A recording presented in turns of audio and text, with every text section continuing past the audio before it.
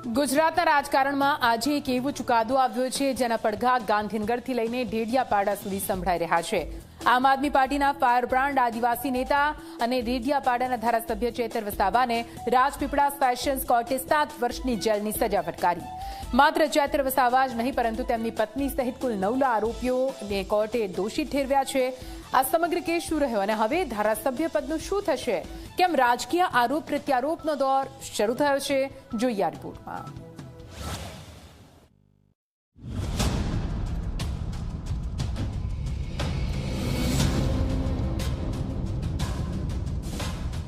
ડેડિયાપાડાથી ધારાસભા સુધી ગાજતું એક નામ ચૈતર વસાવા, પરંતુ હવે આ જ નેતા સામે કોર્ટે કડક ચુકાદો આપ્યો।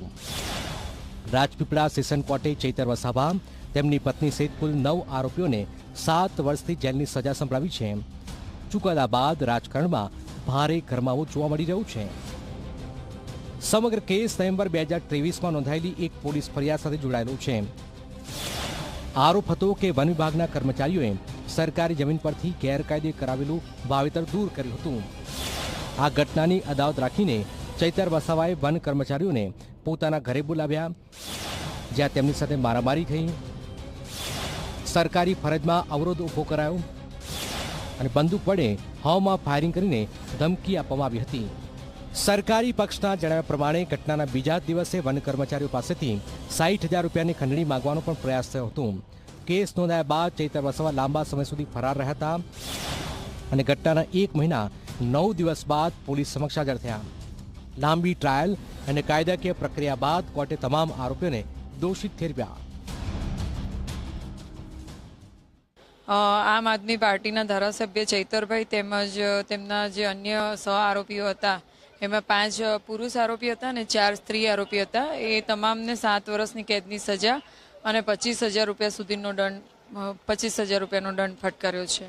2023નું મેટર હતું। અડધું મેટર ડીજીપી શ્રી મિસ્ટર જે ગોયલ સાહેબે કર્યું અને અડધી મેટર એમણે ચલાવ્યા। પછી એમાં સ્પેશિયલ પીપી તરીકે ફાસ્ટ ચલાવવા માટે થઈને સ્પેશિયલ પીપીની નિમણૂક કરવામાં આવી હતી મિસ્ટર અમિત નાયર કરીને। અને આ જે મેટર છે એ આપણા એડિશનલ ડિસ્ટ્રિક્ટ જજ શ્રી એવી હીરપરા સાહેબને ત્યાં મેટર ચાલી છે। એટલે 2023થી અત્યારે 26માં ચુકાદા બાદ ચૈતર વસાવાએ હાઈકોર્ટમાં અપીલ કરવાની જાહેરાત કરી।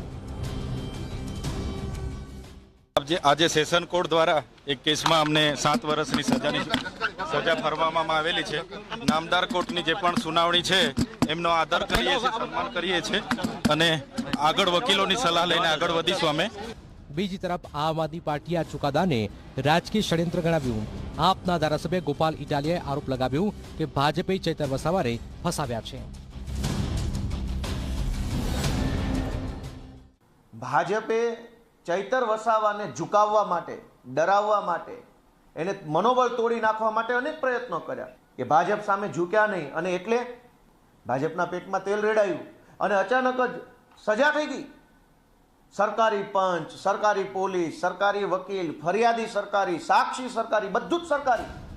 જ્યારે કોંગ્રેસના ધારાસભ્ય અનંત પટેલે પણ આદિવાસી સમાજ સામે અત્યાચાર ગણાવી સરકાર પર નિશાન સાધ્યું। આ સરકારના વિરોધમાં કોઈ પણ બોલે, કોઈ પણ આંદોલન કરે અથવા એના વિરોધમાં અવાજ ઉઠાવે એટલે એને કોઈ પણ રીતે સંડોવવાનો, એને કોઈ પણ રીતે ભેરવવાનો એ આદિવાસી સમાજ પરનો અત્યાચાર છે। ચુકાદાની જાહેરાત થતાં જ ડેડિયાપાડા અને નર્મદામાં ચૈતર વસાવાના સમર્થકો ભાવુક બન્યા। કેટલાક કાર્યકરોની આંખોમાં આંસુ જોવા મળ્યા। સમર્થકોનો દાવો છે કે તેમના નેતાને ખોટા કેસમાં ફસાવાયા છે। અમે તો અમારા સાહેબને વારે ઘરે આ પરિવર્તન આવે છે, આ લોકો વારે ઘરે કેસો કરાવે છે, તે બી ખોટા કેસો કરાવે છે, એટલે અમે તો બહુ દુઃખી છે। પણ આવનારા દિવસો અમારી આશા તો એ જ છે કે અમારા સાહેબ સારી રીતે બહાર આવી જાય।